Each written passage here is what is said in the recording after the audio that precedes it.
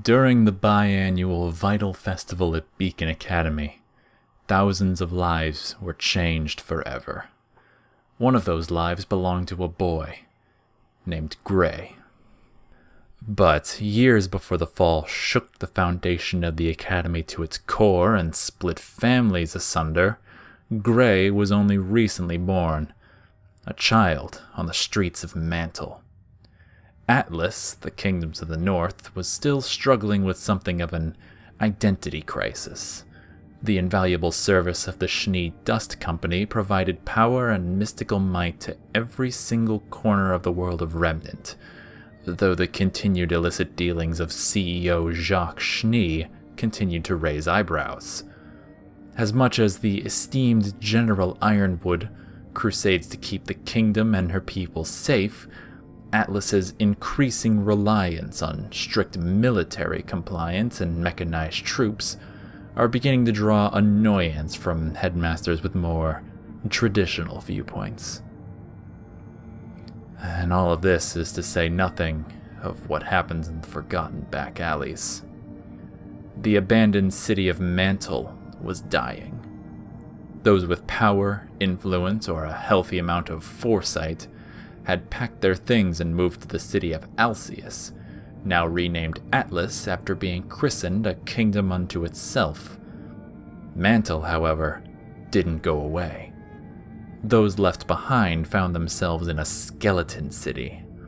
Crime was rampant and riots were common. At least, at first they were. After the initial wave of chaos died down, the survivors found themselves in a figurative ghost town, all because of a lack of dust making survival a very valuable commodity. A commodity that the residents were more than willing to kill each other over. In the midst of all this chaos, rather unfortunately, there was a boy. A boy with dull gray hair and gray eyes. What clothes he had were in tatters, and he walked the empty streets of downtown Mantle with abject terror plain on his face. He couldn't have been more than 6 years old.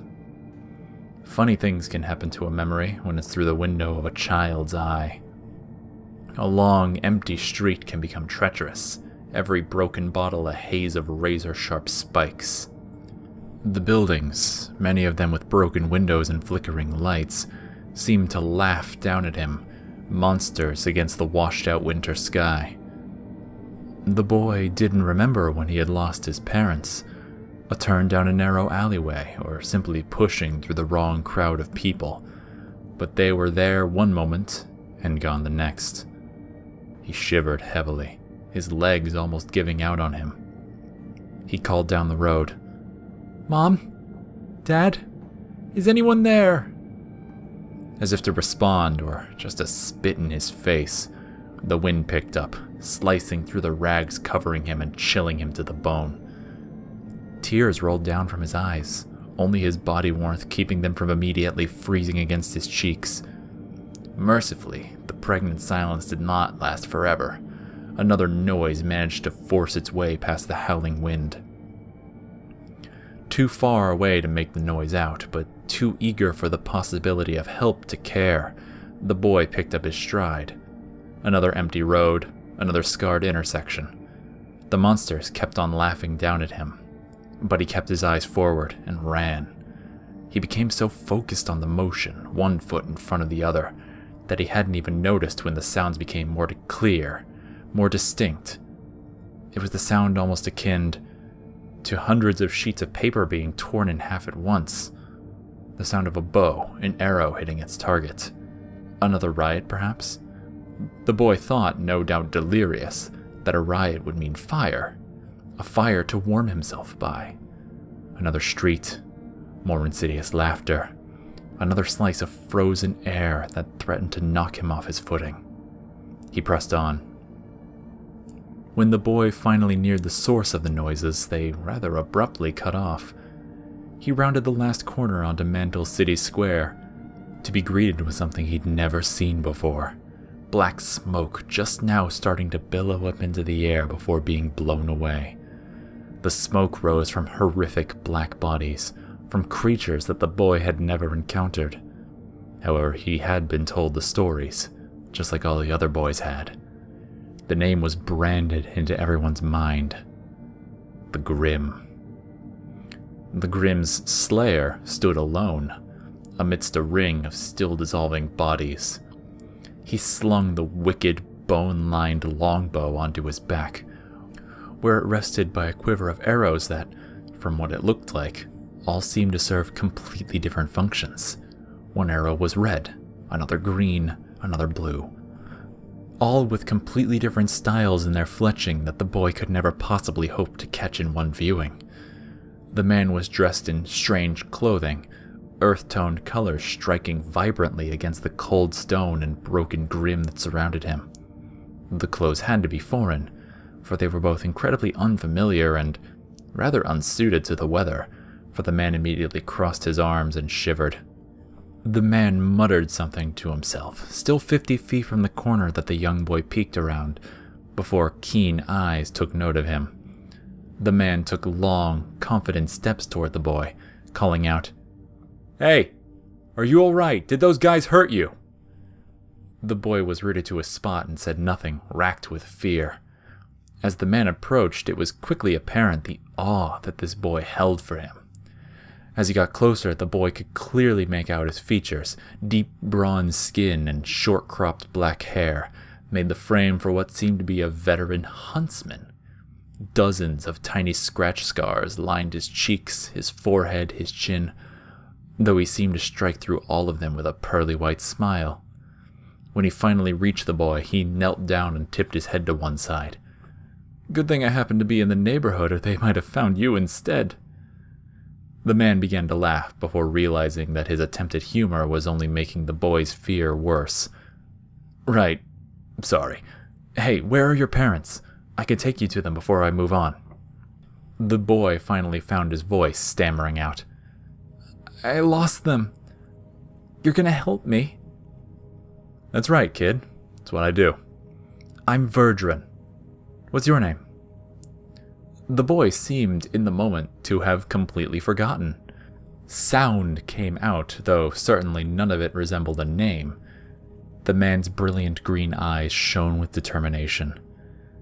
"I'm gonna call you Gray. Come on, let's go find your parents." He offered his hand down, which the boy took after some trepidation. The pair of them set off down the broken streets of Mantle, while the last Grim's corpse became nothing but filth-ridden air. After the third lap around the city, Gray was starting to get worried. Thankfully, Verdrin was nothing if not a generous escort. A couple of stops in the few shops that were still open, and little Gray was decked out in winter clothes that were considerably more intact. A second stop for some hot chocolate, and the pair were able to keep their search going uninterrupted. Only when he was warm and calmed down, however, did Gray ever actually speak to the man, so nervous as he was. He'd only heard of huntsmen in the stories, and the propaganda that came from the ever-prestigious Atlas Academy. None of them had ever bothered poking their heads into Mantle to see how they were faring. None that Gray had seen, anyway. Gray finally opened his mouth as he passed another burnt-out husk of a car. "So, Mr. Verdrin, you're a huntsman?" Verdrin seemed surprised, though he swiveled his head to Gray with a smile as they walked. "That's right. Slayer of monsters and friend to the people." "So you're from Atlas?" Gray timidly asked. Verdrin shook his head. Nope. Vale. Taught at Beacon Academy." Gray's eyes became wide as saucers. Not only was this man a huntsman, but he was from a land that Gray had never seen, somewhere safe from this icy hell. He asked, perhaps a tad desperate sounding, "What's it like in Vale? Is it snowy there?" Verdrin reached down with a hand and ruffled Gray's hair, which stuck up in little silver puffs. "Nope. Lots of trees, actually. Greens and reds and browns as far as the eye can see." They walked on in silence for a while after that, while Gray's mind began to wander. This wonderful place, full of people like Verdran that doesn't have a constant layer of death hanging over it? Gray looked up at the buildings. Even those cackling monsters seemed to draw back a bit from Verdran's presence. Gray spoke up again. So, why are you here? In Mantle, I mean. Verdran, when he wasn't entertaining Gray, kept a vigilant watch on the streets and the buildings that surrounded them, both on watch for Gray's parents, or for anything that might be harrying them. Oh, I just taken an assignment from one of the mission boards, the huntsman explained. Search Mantle for those in need, and do what you can. I guess someone was worried about this place. Gray's head listed to one side, the young boy still having a bit of trouble processing all these concepts. This, apparently, was not lost on Verdran, and he quickly changed the subject. What about you, kid? I mean, we saw where you're living, we checked there, and... I mean, has it always been like that? Gray nodded. Every so often he would stretch his arms in the clothes Verdran had bought for him. They were gray. Verdran said they fit him well. Well, I'll tell you what. We're gonna find your parents, and I'm gonna see about helping you guys out of this... this place. You don't deserve this. You're a good kid. Once again, most of this flew clean over little Gray's innocent head, but he liked the sound of it anyway. If nothing else, he was very taken with how the huntsman carried himself. Strong, assured, confident. It was hard not to take some measure of inspiration from it all. Not to mention that weapon. Mr. Verdran, Gray blurted out, perhaps a bit more forcefully than he meant it. Yeah, what's up, Gray? Verdran indulged, as casual as ever.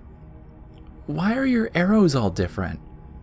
Well, Gray, that's because they all do different stuff when I shoot them. This is a fire arrow, this one's ice, this one is actually rope. They all use dust as a catalyst. Dust. That word reverberated in Gray's mind.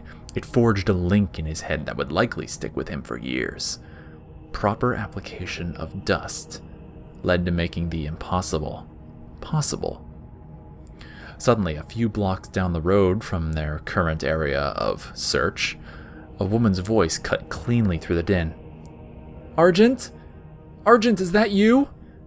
Gray snapped to face it and lit up with unbridled joy. Mom! Mom, I'm here! Verdran smiled and followed after as Gray and his mother met in the middle, embracing with all the forcefulness of a sufficiently worried parent. Gray's mother kept him in what seemed to be a vice grip, thankfully cushioned by the appropriate cold-weather clothing. After nearly a full minute, the rag-clad woman finally looked up and noted the huntsman smiling above them both. Did you find my son? You were watching little Argent for us? Verdran tipped the hat he wasn't wearing. That's right, ma'am, and it's a good thing I found him when I did. A few Grimm were thawing out near the downtown square, but, I promised him I'd make a little deal. The rest of my team is waiting for me by the old port. Once we find little Gray's dad here, I'm taking you all out of here. Gray's mother's eyes shone like she couldn't quite believe what she was hearing. After gently releasing Gray, she leapt up to embrace the huntsman next. Thank you. Please, we had no money to make the trip to Atlas. I thought we were going to die here. Please, there's no thanks necessary. Just doing our job, helping the little guy. Verdran recited, with a smile that looked like it could be on a recruitment poster.